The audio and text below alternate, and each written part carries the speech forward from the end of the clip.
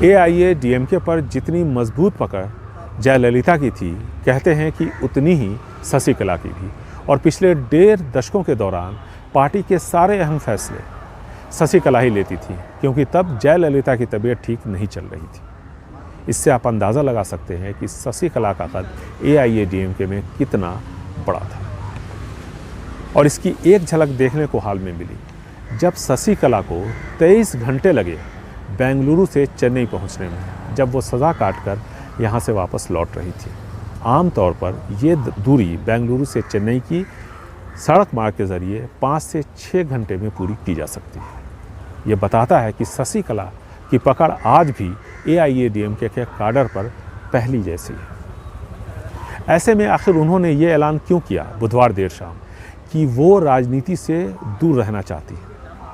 जो वजह उन्होंने बताई, उसके मुताबिक वो चाहती हैं कि अम्मा यानी जयललिता का गोल्डन रूल जारी रहे, और इसके लिए ज़रूरी है कि वो राजनीति से दूर रहें, ताकि एआईएडीएमके का जो काडर है वो न बिखरे और डीएमके को सत्ता में आने से रोका जा सके। लेकिन जो राजनीति के जानकार हैं, उनका ये मानना है कि इस सोच के पीछे कहीं न कहीं एआईएडीएमके की जो पुरानी सहयोगी पार्टी है बीजेपी, वो खड़ी है।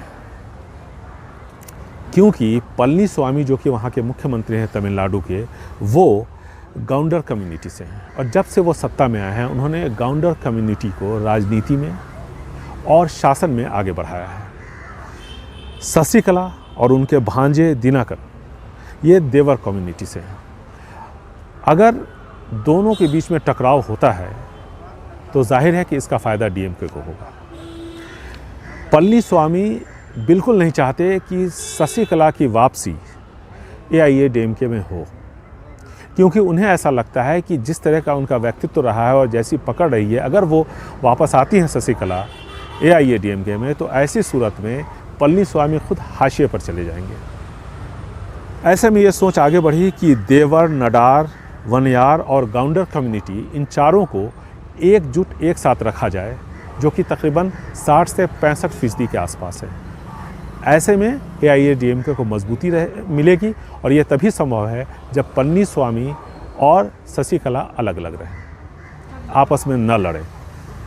और शायद इसीलिए शशिकला ने ये घोषणा कर दी। हालांकि शशिकला ने ये कहीं भी नहीं कहा है कि उन्होंने राजनीति छोड़ने का फैसला किया है, बल्कि उन्होंने ये कहा है कि राजनीति से दूर रहने का फैसला किया है। यानी आने वाले वक्त में वो कभी भी वापस आ सकती हैं, उनकी वापसी हो सकती है। इस संभावना से इनकार नहीं किया जा सकता है। अब आप देखिए कि पिछले 5 दशकों के दौरान जो तमिलनाडु की राजनीति है, वहाँ जो उतार चढ़ाव होता रहा है, उसमें कहीं न कहीं कभी डीएमके, कभी एआईएडीएमके आपको दिखेगा। और इसके जो नेता रहे वो सभी करिश्मेटिक व्यक्तित्व के मालिक थे। आप देखिए 1969 में जब करुणानिधि मुख्यमंत्री बने, तब द्रविड़ियर नेशनलिस्टिक मूवमेंट के नेता के तौर पर वो उभरे थे। उनके बाद एमजी रामचंद्रन मुख्यमंत्री बने हैं, उनका भी अपना एक बड़ा करिश्मेटिक व्यक्तित्व था। फिर उनकी पत्नी जानकी रामचंद्रन मुख्यमंत्री बनी, और उसके बाद जयललिता सामने आई।